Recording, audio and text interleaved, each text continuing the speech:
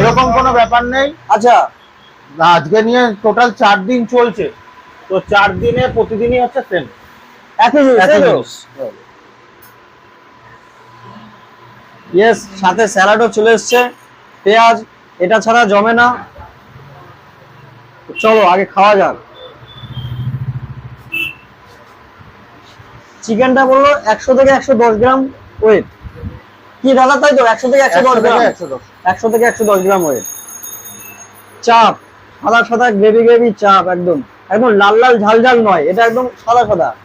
এটা কাজুর পেস্ট বলতে গেলে বেশি পরিমাণে আসে। চলো খেয়ে বলি কেমন।